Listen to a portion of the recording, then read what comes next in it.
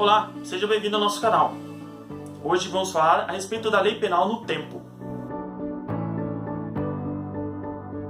Quando eu falo de infração penal, eu tenho dois momentos importantes. Eu tenho o momento onde a conduta realmente foi realizada, o crime foi cometido, e tem o momento do julgamento. Por vezes, você sabe melhor que eu, esse julgamento demora, pela morosidade do sistema judiciário.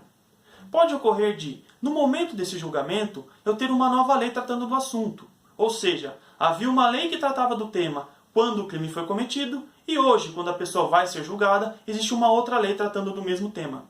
E aí vem a questão, qual lei devo aplicar no momento do julgamento? A lei de quando a pessoa cometeu o delito, ou essa lei de quando ele está sendo julgado?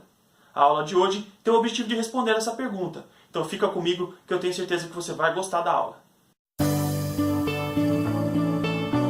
Artigo 1º do Código Penal. O artigo 1º do Código Penal diz o seguinte: não há crime sem lei anterior que o defina e não há pena sem prévia cominação legal.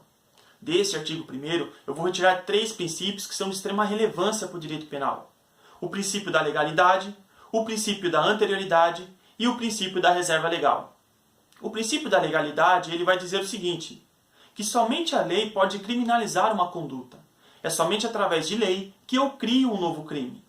O princípio da anterioridade, por sua vez, ele diz que esta lei que cria um crime, ele tem que ser anterior à conduta. Ou seja, primeiro nasce a lei e depois nasce a conduta criminosa, nasce o crime propriamente dito. E por último e não menos importante, eu tenho o princípio da reserva legal. O princípio da reserva legal, ele diz que tudo bem, é uma lei que vai criar o crime. Porém não é qualquer lei, não é qualquer espécie normativa. Eu tenho que ter no mínimo uma lei ordinária federal como regra. Esses três princípios trazem segurança jurídica para o aplicador do direito penal. E quando falamos de lei penal no tempo, é muito importante saber a respeito desses princípios. Tempo reste actum.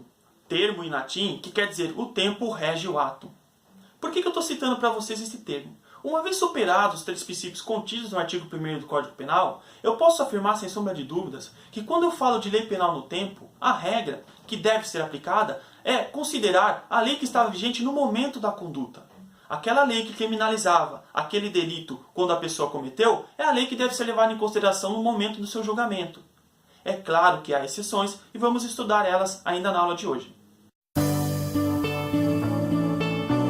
Uma vez apresentada a regra, quero trazer para vocês a exceção. Artigo 2º do Código Penal. O artigo 2º do Código Penal diz o seguinte no seu caput.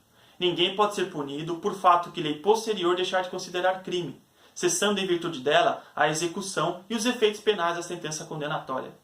Neste artigo 2º está implícito no seu caput o princípio da abolitio criminis, ou seja, a abolição do crime, a abolição do delito. Aquela conduta, que até então era considerada criminosa, passa a ser uma conduta irrelevante penalmente, uma conduta que não mais interessa para o direito penal. Observem vocês que eu disse que vão cessar os efeitos penais. Existem algumas sentenças judiciais que podem trazer os efeitos civis também. Por exemplo, a pessoa foi condenada à prisão e a pagamento de uma indenização para a vítima. A prisão é um efeito penal. Já o pagamento da indenização é um efeito civil. Então, a abolitio criminis, se ela ocorrer, ela vai estar atingindo os efeitos penais. Se a pessoa está presa, é colocada em liberdade. Mas os efeitos civis, eles persistem. A pessoa continuará tendo que pagar uma indenização. Vamos falar agora do parágrafo único do artigo 2º, que é a segunda exceção. O parágrafo único ele diz o seguinte: a lei posterior, que de qualquer modo favorecer o agente, aplica-se aos fatos anteriores, ainda que decididos por sentença condenatória transitada em julgado. O que traz esse parágrafo único? Ele traz o famoso princípio da retroatividade da lei penal mais benéfica, a famosa lex missior. Esta retroatividade, o que ela quer dizer? A lei posterior, que de qualquer modo favorecer o agente, trazer algum benefício, ela retroage para alcançar os fatos passados. Essas são as duas exceções contidas no artigo 2º do Código Penal. Bom, finalizando a aula de hoje, vamos chegar à conclusão, correto? Vamos primeiro à regra. A regra, senhores, é a seguinte: tempo reste actum, o termo em latim que eu citei no segundo bloco. O que importa para o direito penal, trazendo os três princípios contidos no artigo 1º do Código Penal, é que o que vai valer quando eu for julgar a pessoa é a lei que estava vigente no momento da conduta. Essa é a regra. É essa lei que vigia quando a pessoa cometeu o crime que eu devo levar em consideração no julgamento dela.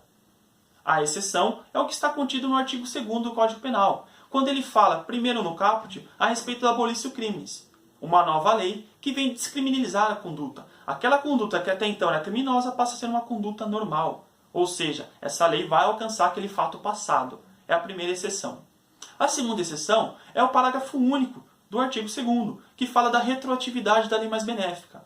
A lei nova, que está vigendo no momento do julgamento, e de qualquer modo beneficiar o réu, ela vai retroagir, como por exemplo, se essa lei trouxer uma pena menor, ela retroage para alcançar aquele fato passado. Essas são as regras a respeito da lei penal no tempo.